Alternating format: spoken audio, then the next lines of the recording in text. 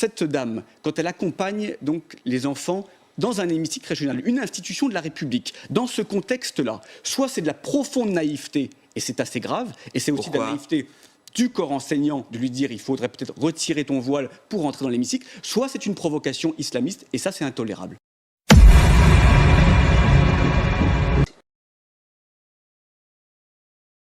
Il faut quand même prendre la mesure de ce que ça veut dire que d'humilier une mère. Elle est avec son fils est avec ses copains de classe.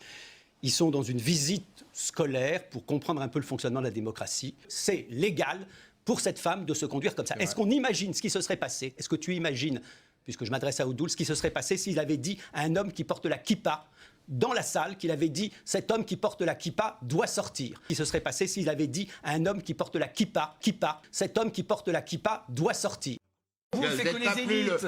Mais moi, je ne suis pas plus élite que vous, monsieur. Vous n'êtes pas élite? Ah bon, mais vous voulez mon cursus? Vous voulez savoir ce que faisait mon père, mon grand-père? Comment je suis arrivé de ma province? Sans rien, sans soutien?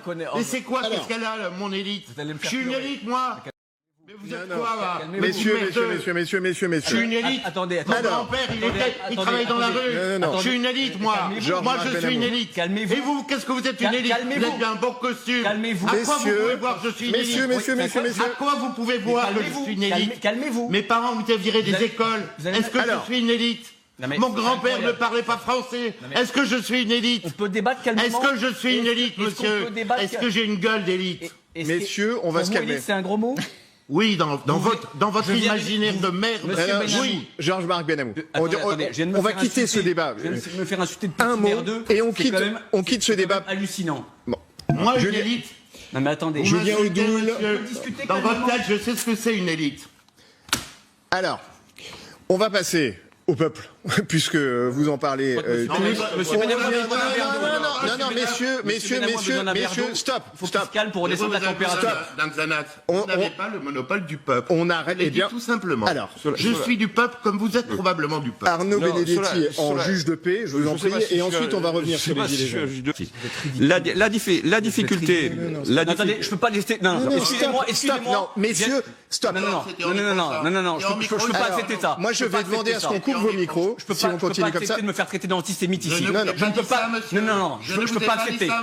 Il y a une frontière, je peux pas accepter ça. Messieurs, je peux pas accepter ça. Qu'est-ce qui vous fait dire je suis une élite? Je peux pas accepter ça. Qu'est-ce qui vous fait dire je suis une élite, Ne monsieur? me traitez pas d'antisémite. Je ne vous ai pas dit ça. Non. Je vous ai dit que vous n'avez pas le monopole du peuple, monsieur. Monsieur, vous avez entendu ça? on s'arrête sur vous n'avez pas le monopole du peuple. Ça veut dire juif pour vous.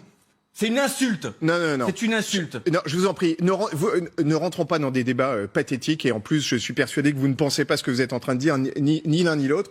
Et on écoute, avec le respect qui est requis sur un plateau de télévision, on écoute ce que dit Arnaud Benedetti. Et ensuite, on va revenir à cette crise sociale, parce que les cris et les hurlements ne serviront à rien dans le débat.